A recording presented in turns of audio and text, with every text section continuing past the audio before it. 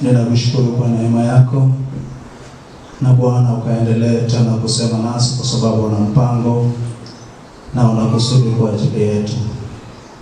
Tunajiachilia mbele zako na mikononi mwako, nikiamini utatuhudumia na utatubariki kupitia jina la Yesu Kristo. Baba, tumeomba na kushukuru. Amen.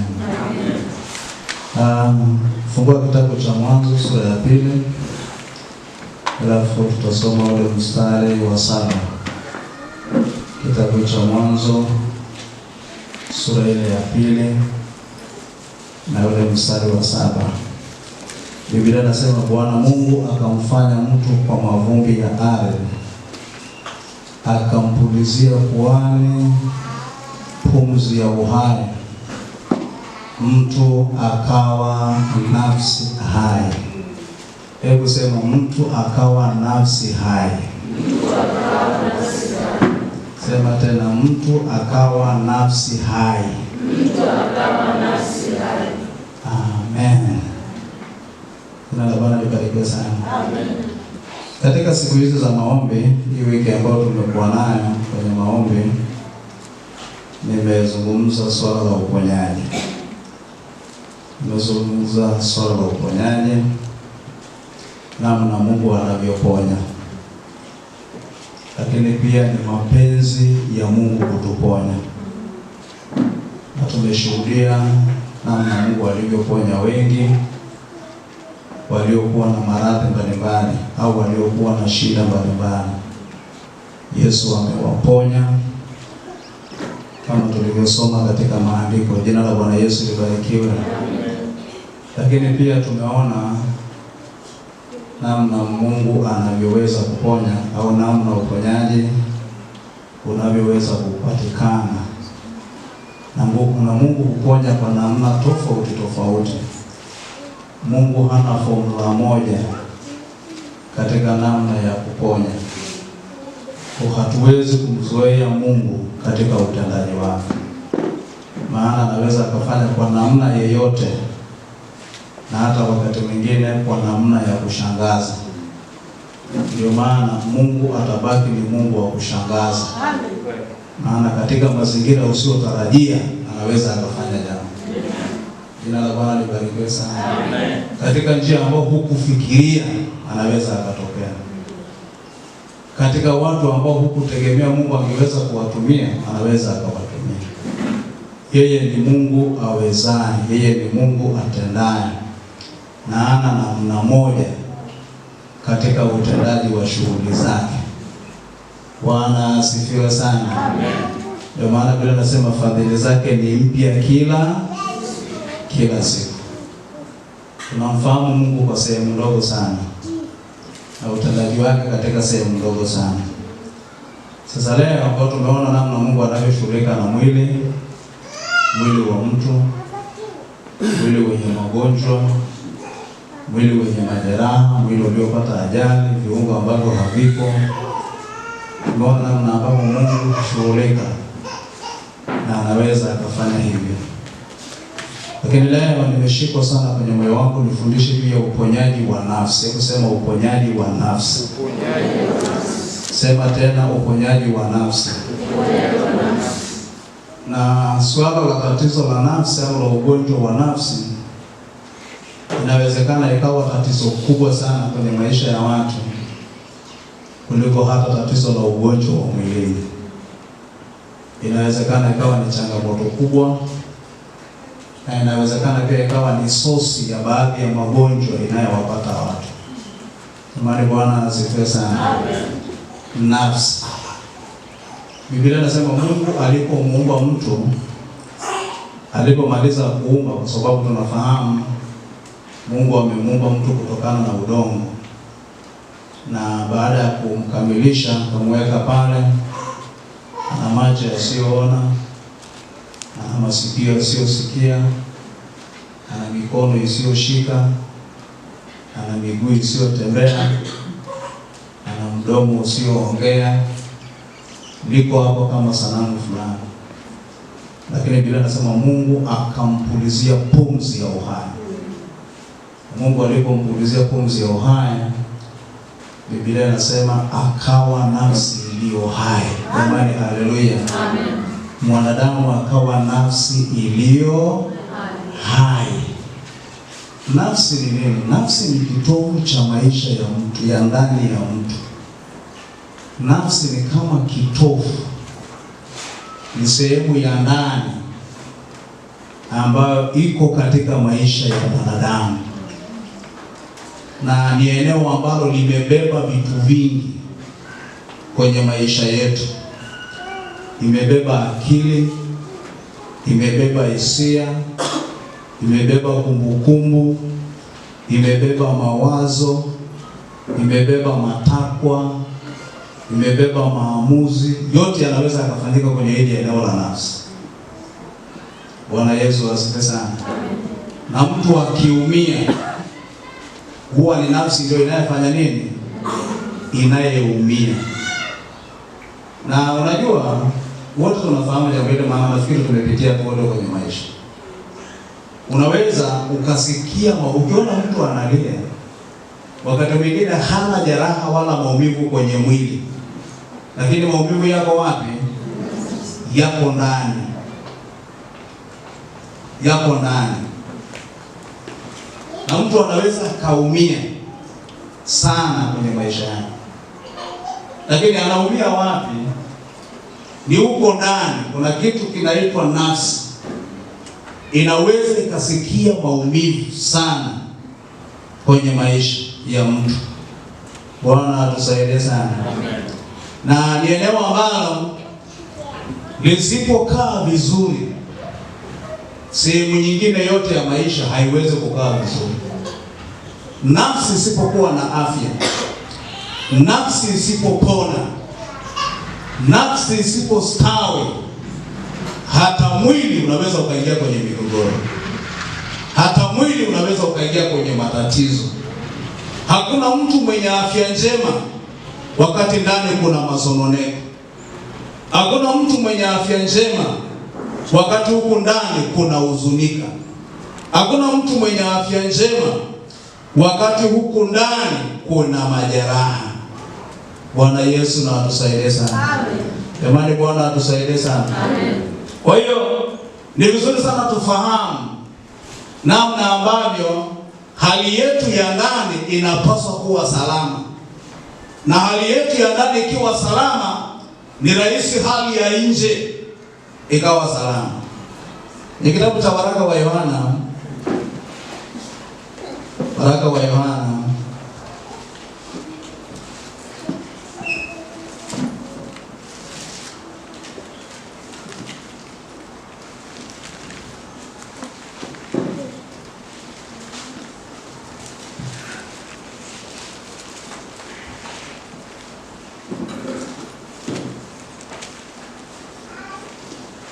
Bwana Yesu asifiwe sana.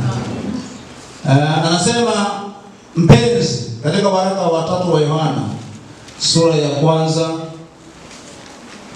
na ule mstari wa 2. Nasema mpenzi, naomba ufanikiwe katika mambo yote na kuwa na afya yako kama vile roho yako ifanikiwavyo. Jina la Bwana Yesu libarikiwe sana. Amen. Naomba ufanikiwe katika mambo yote. Ufanikiwe katika mambo yote kama vile roho yako inavyofanikiwa. Jina la Bwana Yesu libarikiwe sana. Amen. Kwa kama nilivyosema, nafsi inashughulika na masuala ya hisia. Iwe za furaha, iwe za huzuni, iwe za upendo. Zile hisia huwa nafsi inahusika kwenye hilo eneo. Namna unavyoweza kujisikia. Na kwenye Zaburi, kwenye Methali 25 mstari wa 7, naomba usome. Methali 23 na ule mstari wa 7.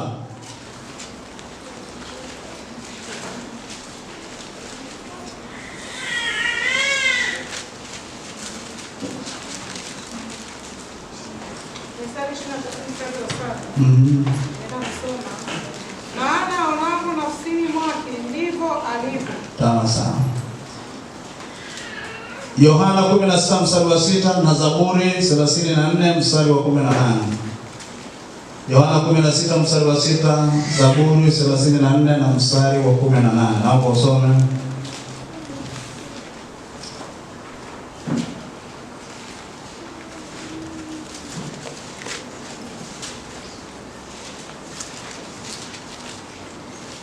Yohana 16:6. Biblia inasema, ila kwa sababu nimewaambia hayo, huzuni imejaa mioyoni mwenu. Kwa sababu nimewaambia hayo. Yesu alikuwa anawaambia habari ya kuondoka. Alafu kwa kuwa wamemzoea, wamekuwa naye siku zote, Biblia inasema huzuni, hebu sema huzuni ikajaa kwenye mioyo yao. Yaani wakajikuta tu wanasikitika, wakajikuta tu hawana raha tena. Hiyo ni nafsi. Bwana asifiwe. Hiyo ni hali ya ndani. Unakuta huzuni na kuwa ndani, wala hata haiko nje. Lakini kwa sababu ikishakuwa ndani inaathiri hata hali ya uso wa mtu. Na ndio maana unaweza kumkutana na mtu ukimwangalia uso wake unajua huyu hayuko sawa. Si ndio? Nafsi imepata shida. Kuna namna nafsi yake imeathirika au imepata changamoto.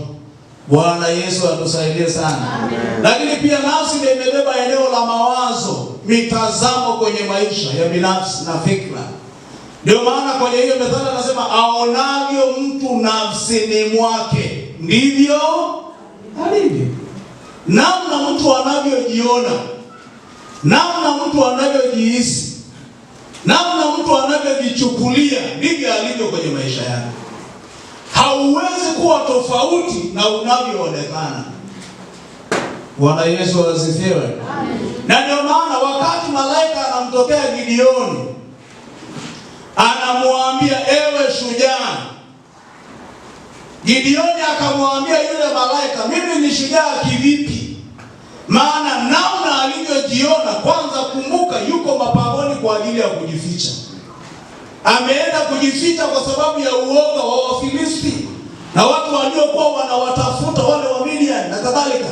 Kwa hiyo akaenda akajificha. Kwa hiyo wakati alikuwa mahali amejificha, malaika anamtokea anamwambia ewe shujaa, namna yeye anavyojiona ni tofauti na mbingu inavyomuona.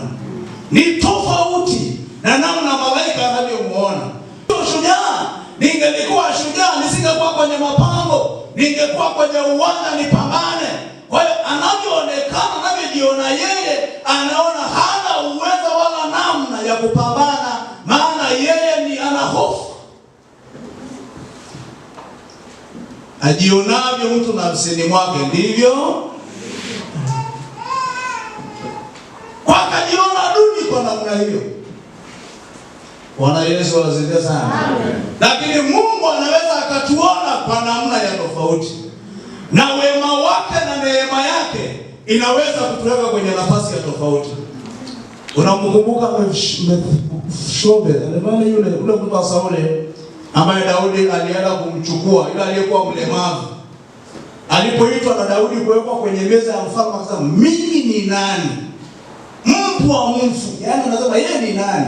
Yeye ni kama mbwa, bora hata mbwa leo. Anasema ni mbwa mfu. Mimi ni nani mpaka niwekwe kwenye nafasi hii? Mimi ni nani mpaka nikae kwenye meza ya mfalme?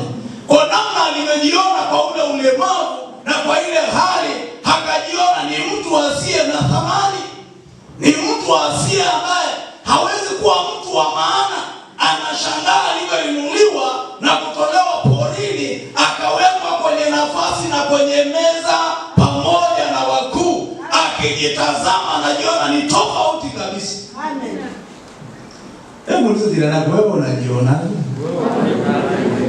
Muulize tena, wewe unajionaje? Kama nafsi inainama, hutajiona wa maana. Sasa ni kwamba huwezi kujiona wa maana.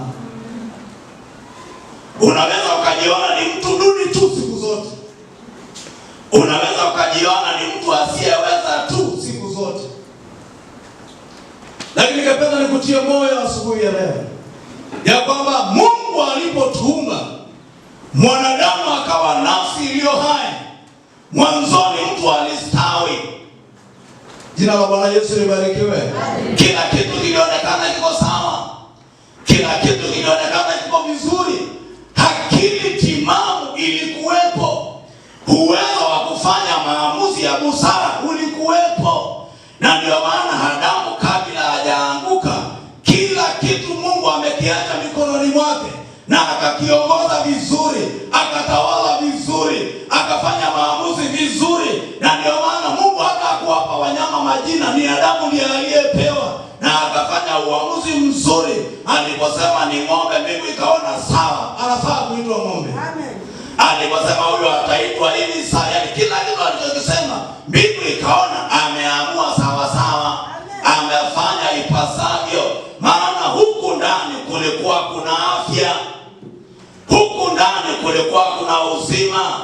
Kwenye nafsi haikuwa imejeruhiwa, kwenye nafsi haikuwa imeumizwa. Lakini baada ya dhambi nafsi ikaathirika. Mungu atuponye sana. Tunahitaji sana neema ya Mungu ili tupone vizuri. Jina la Bwana libarikiwe sana. Tunahitaji sana neema ya Mungu ili tuweze kupona. Kwa dhambi ilipoingia, nafsi ilipata shida. Na kwa sababu hiyo huzuni ikaanza kuonekana kwenye maisha ya mtu. Hali ya kuhuzunika, hali ya kusikitika, hali ya kukata tamaa, hali ya hofu, hali ya hasira. Bwana Yesu atusaidie sana. Amen. Hali ya kutokusamehe, hali ya uchungu, hali ya maumivu ikaanza kupata nafasi kubwa kwenye maisha ya mtu. Ndio maana wakati Mungu anamtokea Kaini, anamwambia mbona uso wako umekunjamana? Mwani Bwana Yesu asifiwe sana. Mbona uso wako umefanya nini? Umekunjamana. Kwa nini huna furaha? Shida iko wapi? Kuna tatizo gani? Lakini Mungu alielewa mahali shida ipo.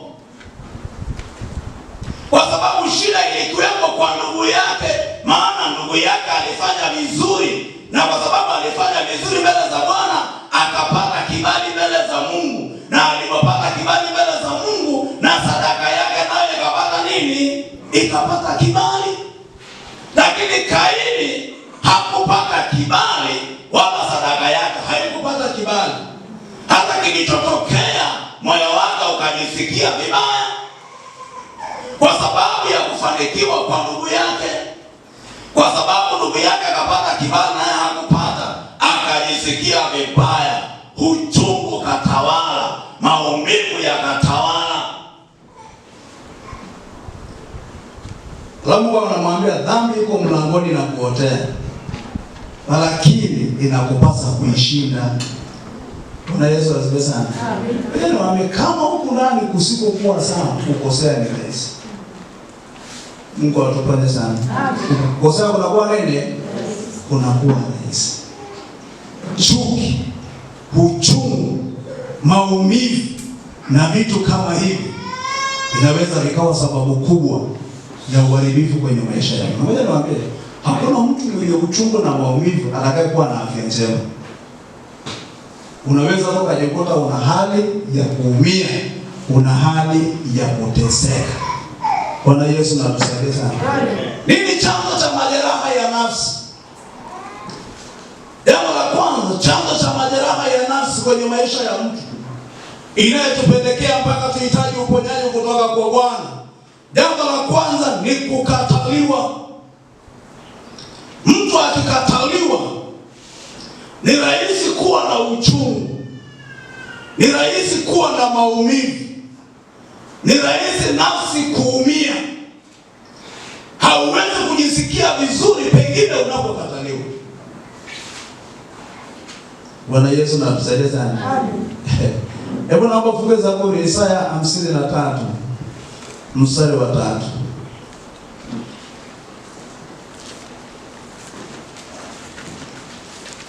Hebu soma haraka haraka. Isaya 53 na ule mstari wa 3. Isaya 53 mstari wa 3. Alidharauliwa watu, mtu wa huzuni nyingi, ajuaye sikitiko. Na kama mtu ambaye watu humficha nyuso zao, alizarauliwa, wala hatukumhesabu kuwa kitu. Amen. Bwana Yesu asifiwe sana.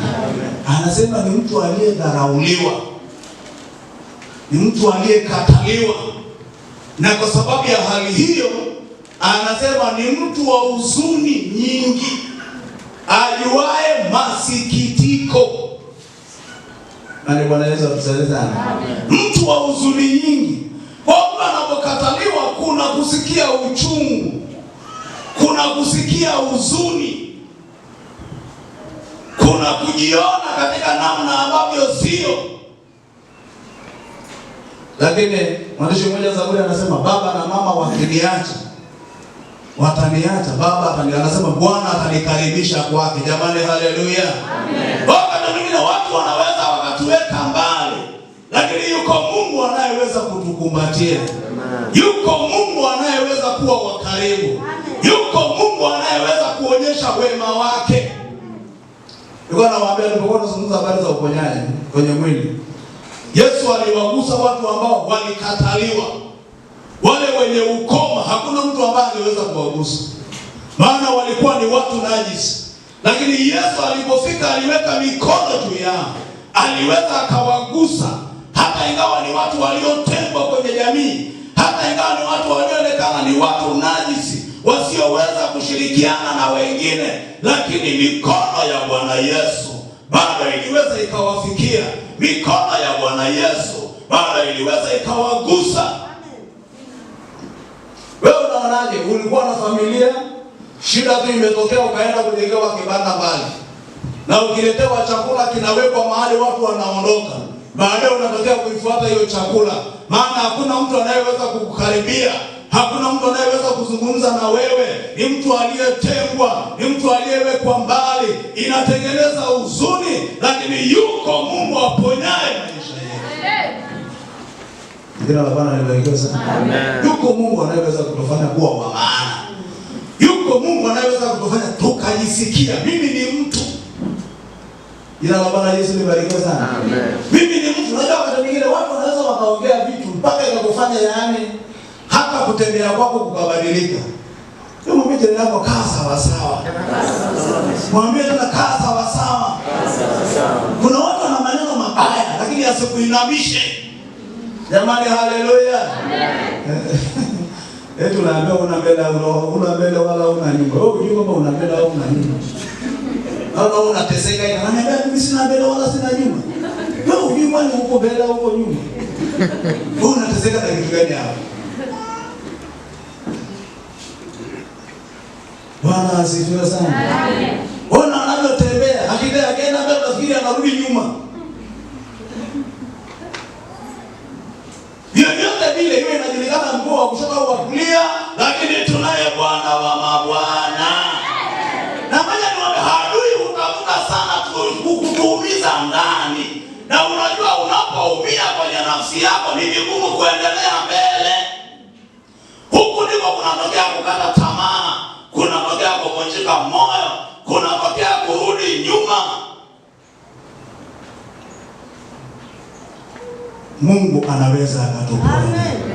Anasema mtu aliwaye sikitiko, mtu aliyekataliwa, mtu wa huzuni nyingi.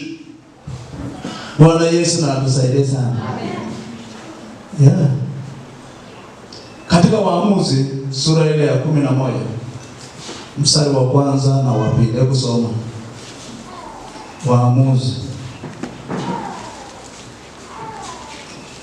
sura ya pili, Waamuzi 11 alafu mstari wa kwanza na ule mstari wa pili.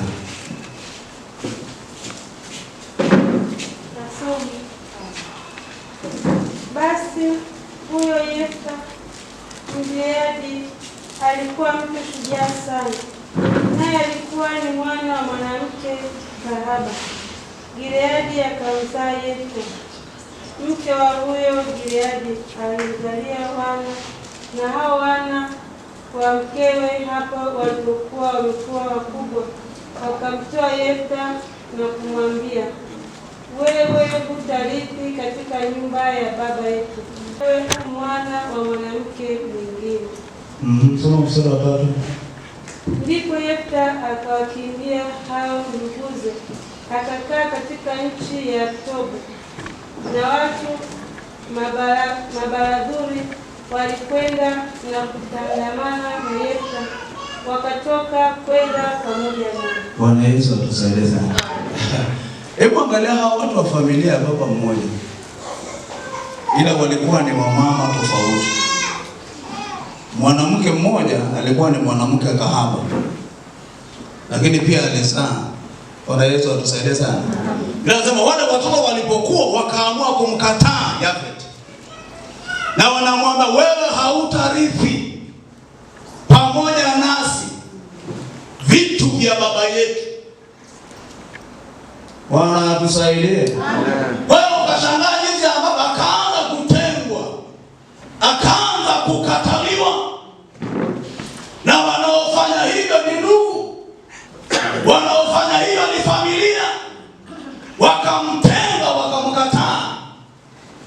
Kwa hiyo huyu anaamua kuondoka nyumbani, si kwa sababu amepanga. Huyu akajikuta anakimbia kwenda kuwa na maisha mapya, mbali na familia, mbali na ndugu, mbali na jamaa, kwa sababu amekataliwa kwenye familia. Usifikiri kuna raha iliyoko hapa. Wakati mwingine kuna kujiuliza maswali yasiyo na majibu. Kwani Bwana Yesu atusaidie sana. Kuna kujiuliza maswali mengi, lakini akaondoka. Bwana atusaidie sana. Amen. Kukataliwa kunaweza kuwa sababu na chanzo cha kuleta huzuni au kinacholeta majeraha kwenye nafsi ya mtu. Lakini eneo la pili ambalo sababu ya pili inayoweza kusababisha majeraha kwenye nafsi ni maumivu ya utotoni au malezi. Maumivu ya utotoni au malezi. Namna mtu mambo aliyopitia katika kukua kwake. Kama mtu amepitia kwenye mambo magumu na kwenye kunyanyaswa na kwenye kuonewa, utengeneza jeraha kwenye nafsi.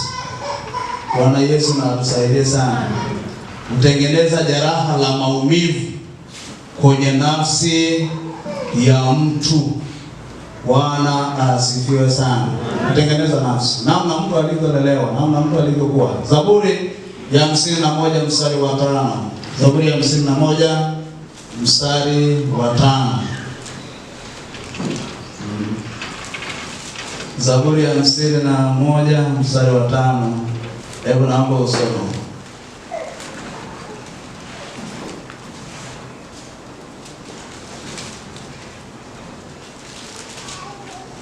Naweza kusoma mstari wa 5. Tazama, nilizaliwa nikiwa na hatia, mama yangu alichukua mimba nikiwa na dhambi. Kiswahili tazama anasema, tazama naliumbwa katika hali ya uovu, mama yangu alinichukua mimba hatiani. Kwani Bwana Yesu atusaidie sana. Tazama nalizaliwa katika hali ya nini? Ya uovu. Alafu anasema mama yangu alinichukua mimba hatiani. Bwana Yesu atusaidie sana. Manyanyaso yanayotokana na utoto. Na ngoja niwaambie kitu. Najua wakati mwingine si watoto wadogo tu wanaoweza kuhisi kunyanyaswa. Hata kabla hawajazaliwa wanaweza kuhisi kunyanyaswa au kupendwa. Mwambie jirani yako, kabla hajazaliwa. Hebu sema tena vizuri, kabla hajazaliwa. Anaweza akaelewa naenda kwenye mazingira ninayopendwa au mazingira niliyokataliwa. Sawa?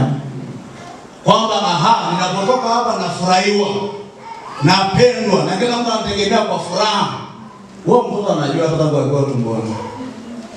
Wanawake wajawazito huwa wanakuwa na mambo mengi, kusema mambo mengi na madai mengi. Wana madai mengi. hiki nataka kula hiki, hiki sitaki kula, si ndio? Hiki nataka hiki, hiki sitaki. Anaweza kufanya uchaguzi wa vitu vingi. Hebu niwaulize, wako wanafunzi waliobeba mimba. Nani anayemjua mwanafunzi aliyebeba mimba ambaye kwenye kipindi cha ujauzito wake alikuwa anadai vitu? Muulize jirani yako, wewe usikia mwanafunzi mwenye mimba anadai vitu? Muulize tena, wewe usikia mwanafunzi anadai vitu? Niletee udongo, nataka mahindi leo. Ndio wewe usikia. Paka saa ya mitihani anaweza kufanya mitihani na akatoka akaenda akajifungua. Hutasikia nywinywi wala nini. Hutasikia chochote. Kama anajifungua, yani unajua mzee mmoja aliambia mtoto wako amejifungua, unajua kidogo akue shambani. Anasema kajifungua. Hiyo mimba ameibeba walikuwa naye siku zote. Na kila kitu wanafanya. Lakini mwingine ambaye kaolewa zake, yuko huru, nipe mayai, nipe mandazi, nipe maziwa. Lakini ya mwanafunzi kimya, inajua mazingira niliyopatikania, sio yenyewe. Jamani, Bwana atusaidie sana. Inaelewa sina uhuru. Bwana msaidia na mbebaji naye ajifiche. Bwana kama wa kawaida, wakati sio wa nini? Sio wa kawaida. Kwa wakati mwingine utoto mtu anaweza akaathirika tangu akiwa ndani ya tumbo la mama yake na akaelewa. Na ndio maana kuna watoto wakizaliwa hawataki mtu mwingine zaidi ya mama. Akamwambia kuna kukushana yule mama ameyapitia. Sasa hajui kama ni huyu au ni nani. Bwana angalia kwenye zanani fulani hivi. Hizi mambo za kwenye mitandao hivi. Sasa hivi wanaonyesha vitu vingi sana.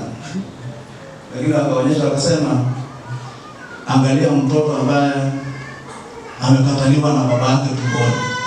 Yaani mwanadamu mtu anacheka na watu wengine, anacheka na baba alipofika kumtolea macho. Sema huyo. Hiyo kama migogoro ilianza kama akiwa wapi? Akiwa kule, kuna namna alikataliwa. Hata kuna kuathirika na nafsi inaumia. Niwaambie, kuna watu wengi wamekuwa watu wazima, lakini bado kwenye nafsi zao kuna majeraha yaliyotokana na malezi, yaliyotokana na maisha, yaliyotokana na namna ya walivyokuwa kwenye maisha yao. Bado kuna majeraha yaliyopo ndani.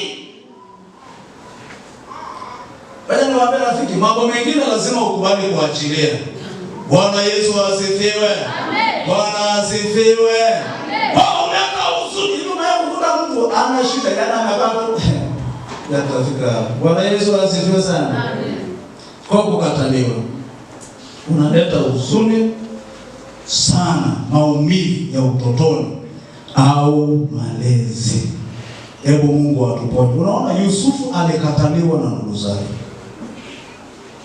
Haikuwa ni jambo la furaha. Bwana atusaidie sana. Amen. Lakini kitu kingine kinacholeta uchungu au majeraha ya nafsi ni usaliti. Ni kusalitiwa. Kusalitiwa. Unaweza kuandika Zaburi ya 55 mstari wa 12 hadi 14. Lakini pia unaweza kuandika Mithali 26 mstari wa 14 hadi 16. Kitabu cha Mithali,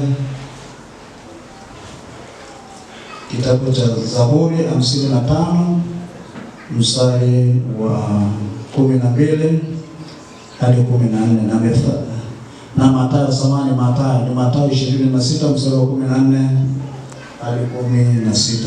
Kwenye Zaburi anasema, kwa maana aliyetukana si adui, kama ndivyo ningevumilia. Aliyejitukuza juu yangu siye anichukiaye, kama ndivyo ningejificha asinione. Bali ni wewe, mtu mwenzangu, rafiki yangu, niliyejuana nawe sana, tuliyepeana shauri tamu na kutembea nyumbani mwa Mungu pamoja na mkutano. Bwana Yesu atusaidie sana. Amen. Unamsikia huyo mtu? Anasema aliyetukana si adui. Na ingelikuwa ni hivyo, ningejitahidi kuvumilia. Aliyejitukuza juu yangu sio anichukiaye, kama sivyo ningejificha asinione. Lakini sasa ni rafiki, ni mtu niliyejuana na yeye sana, ni mtu niliyepeana ushauri sana, ni mtu niliyetembea pamoja nyumbani mwa Bwana pamoja na kwenye mikutano. Huyo ndiye aliyenifanyia jambo baya. Unajua, kutiwa jeraha na mtu wa karibu, si unajua inauma zaidi. Kusalitiwa na mtu wa karibu, si unajitia kuna maumivu yake.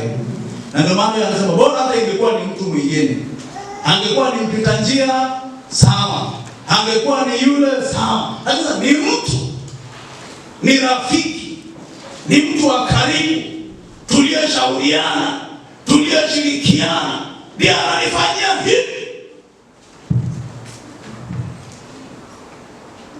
Lakini watu wanaweza wakabadilika, asiyebadilika ni mmoja tu. Jamani, Bwana Yesu asifiwe. Amen. Ngoja niwaambie, hakunaga maadui ambao hawakuwahi kuwa marafiki. Hauwezi kuwa adui na mtu ambao hujawahi kuwa na urafiki naye. Ukiona maadui, kuna wakati walitembea pamoja. Ukiona adui, kuna wakati walishirikiana vizuri. Ukiona adui, kuna wakati waliishi pamoja. Lakini ikafika mahali jambo fulani likatokea, likawatenganisha. Sasa majeraha ya aina hiyo ya kukataliwa inaleta majeraha na maumivu kwenye nafsi. Bwana Yesu atusaidie. Inaleta maumivu na majeraha kwenye nafsi. Kwa salama. Au kiangalia huko ndani unakuta kuna orodha nyingi ya kile ambacho kimetokea kwenye maisha yako. Bwana atusaidie sana. Lakini pia dhambi na hatia huleta maumivu kwenye nafsi.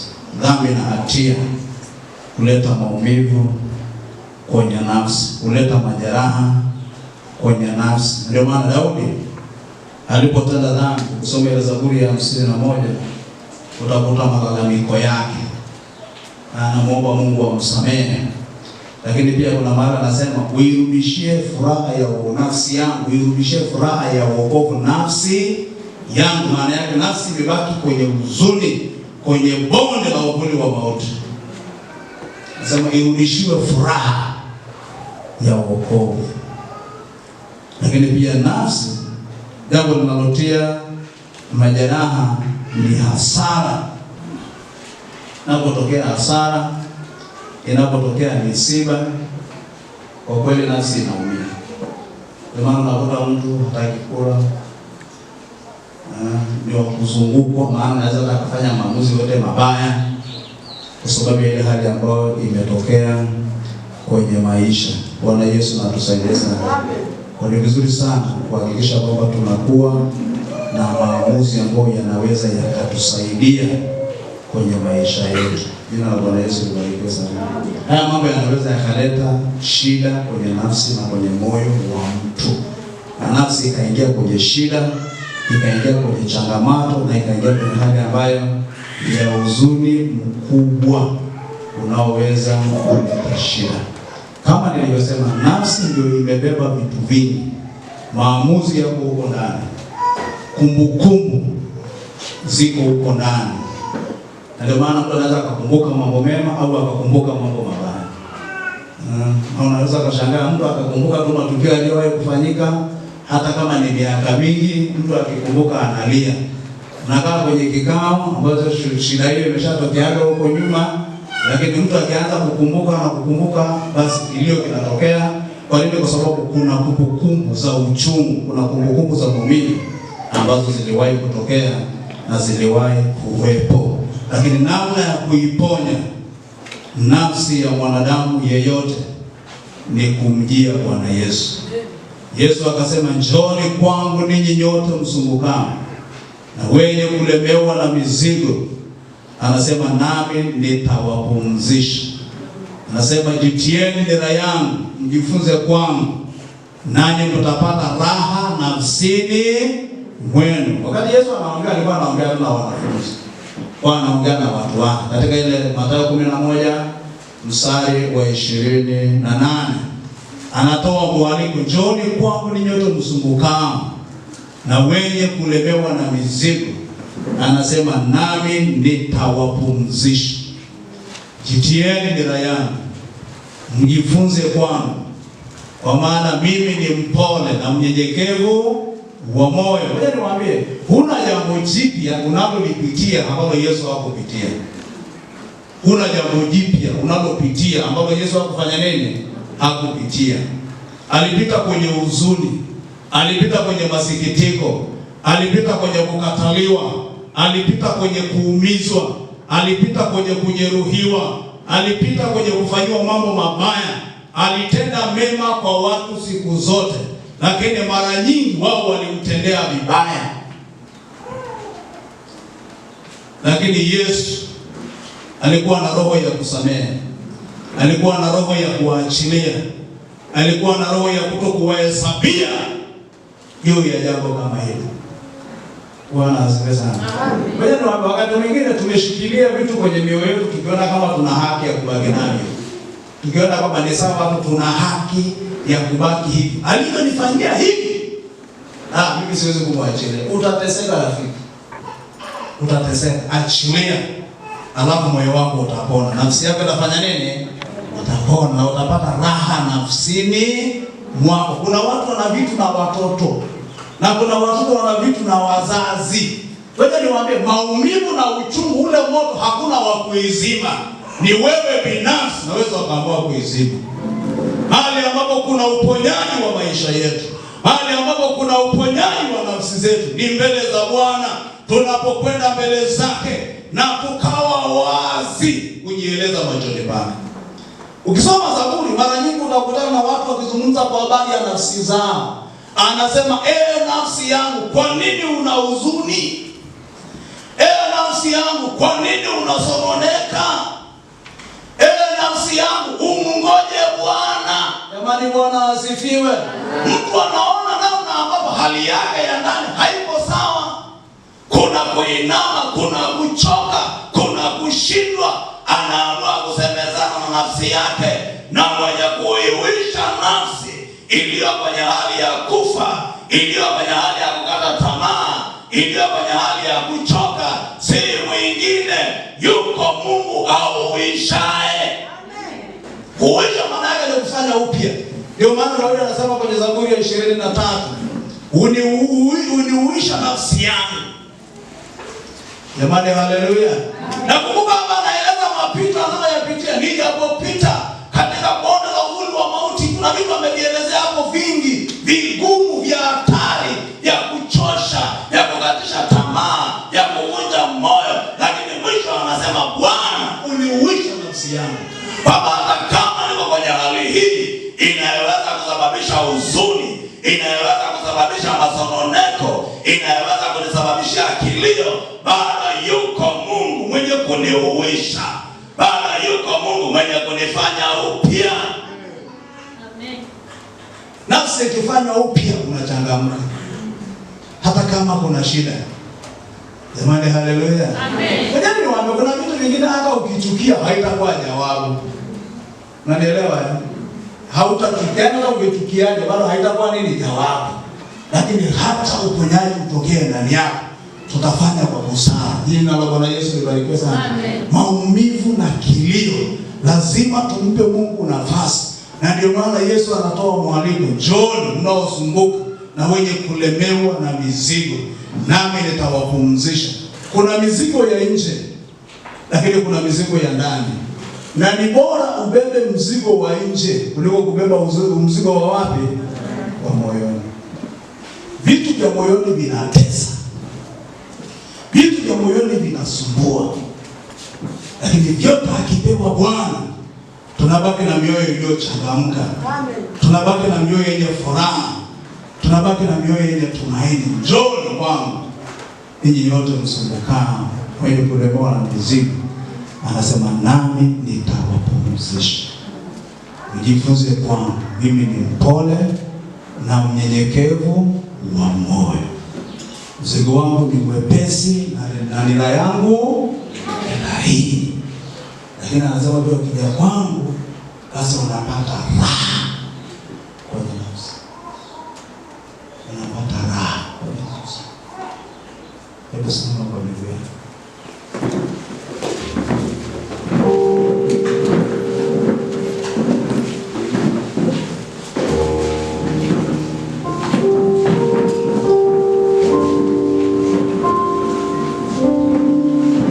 Kwa kufunika macho yako, nataka nikupe nafasi ya kusema na Mungu akaumba mtu na akawa nafsi iliyo hai, mtu mwenye afya kuanzia ndani, kuanzia hisia zake. Mtu alikuwa na afya kwenye kumbukumbu za moyo wake. Mambo yalikuwa yako sawa. Mtu alikuwa yuko sawa kwenye mitazamo, alikuwa yuko sawa.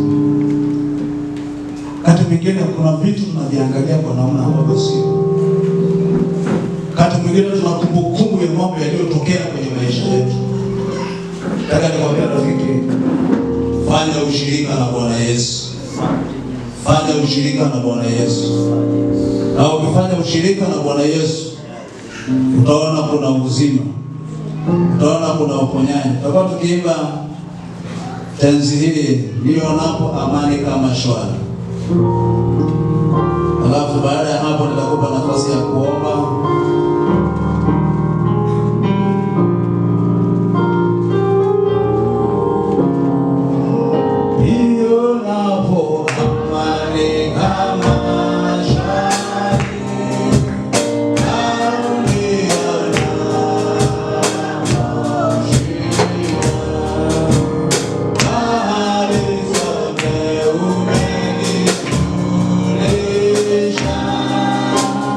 Yes.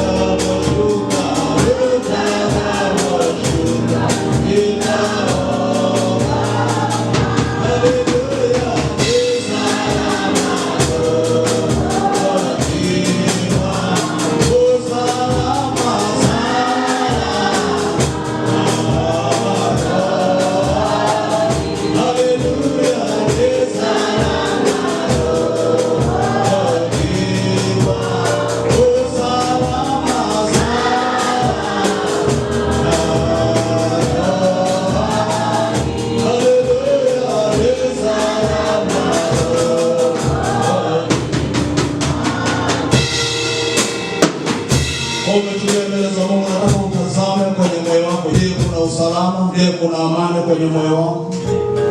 Je, rohoni mwako ni salama? Au kuna mambo umeyapitia? Huyo anasema ingawa shetani atanitesa nitajipa moyo, kwani Kristo ameona unyonge wangu. Hakukubali nafsi yake iname, hakukubali nafsi yake ipate shida. Japo kuna misukosuko, kuna mawimbi, lakini alihakikisha ndani niko salama. Mungu atupe usalama wa ndani. Uwe na moyo uliojaa neema ya Mungu.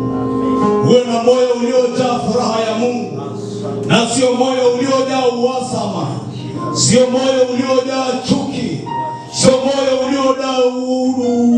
uliojaa huzuni na masikitiko. Bwana anaweza akatuponya. Hata nikupe nafasi ya kusema na Mungu. Angalia moyo wako, na kama kuna jambo ambalo liko lisilo, mwambie Bwana, iponye nafsi yangu. Natamani kuchanua, natamani kuchangamka. Bwana arejeshe furaha ya wokovu katika maisha yako. Wengine kuna majaribu wamepitia, kuna mambo hayajatokea kwenye maisha yao, kuna mipango haijawa kama walivyokusudia, lakini pamoja na hayo, acha nafsi yako imfurahie Bwana. Baba, katika jina la Yesu, ninakushukuru jioni ya leo na mchana wa leo. Asante kwa sababu umetupa nafasi ya kuwepo mbele za uso wako Bwana. Aliweka kanisa lako na watoto wako mikononi mwako. Wewe ulikusudia mwanadamu kuwa na nafsi iliyo hai, nafsi iliyochangamka, nafsi iliyostawi. Yako majeraha mbalimbali ambayo tumepitia kwenye maisha yetu, na wakati mwingine yameweka alama, na wakati mwingine yametufanya kuwa kama tulivyo. Tunahitaji uponyaji utokao kwako. Tunahitaji Roho wako Bwana akafanya jambo jipya kwenye maisha yetu, kama Daudi anavyosema, ifanye moyo wangu isikie furaha, unirejeshe furaha ya wokovu wako.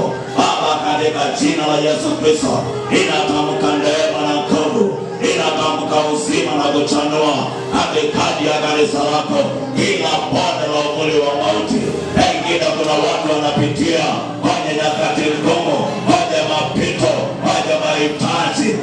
Bwana wa mabwana, neema yako iwafunike, neema yako iwaponye. Pengine kuna watu wameumizwa, pengine kuna watu, kuna vilio katikati ya maisha yao. Mikononi mwako kuna uzima, mikononi mwako kuna uponyaji, na ndio maana umetoa mwito ya kwamba njooni kwangu ninyi nyote mnaosumbuka na wenye kulemewa, nami mtapata raha nafsini mwenu. Wacha baraka wako Baba, katika jina la Yesu. Tunatamka neema, tunatamka uponyaji, tunatamka uzima. Kila kuliko na maumivu, kila kuliko na uchungu, Bwana ukaleta uponyaji. Ipo shikanda la mkono Yesu, ipo shikanda la mkono Yesu, ipo shikanda la mkono Yesu, ipo shikanda la mkono Yesu. Bwana Yesu, nakushukuru.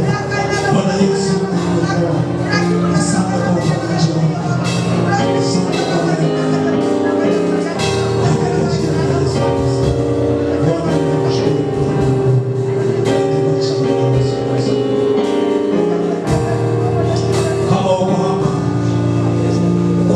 wamepitia kwenye uchungu na kwenye maumivu. Kuna mambo ambayo yameujeruhi moyo, na unasikia uchungu kwenye moyo. Kama kuna mtu yote ana shida kwenye moyo wako, hauna tatizo la kiafya, lakini una shida kwenye moyo wako, kuna uchungu, kuna maumivu, kuna kilio kiko ndani ya moyo wako.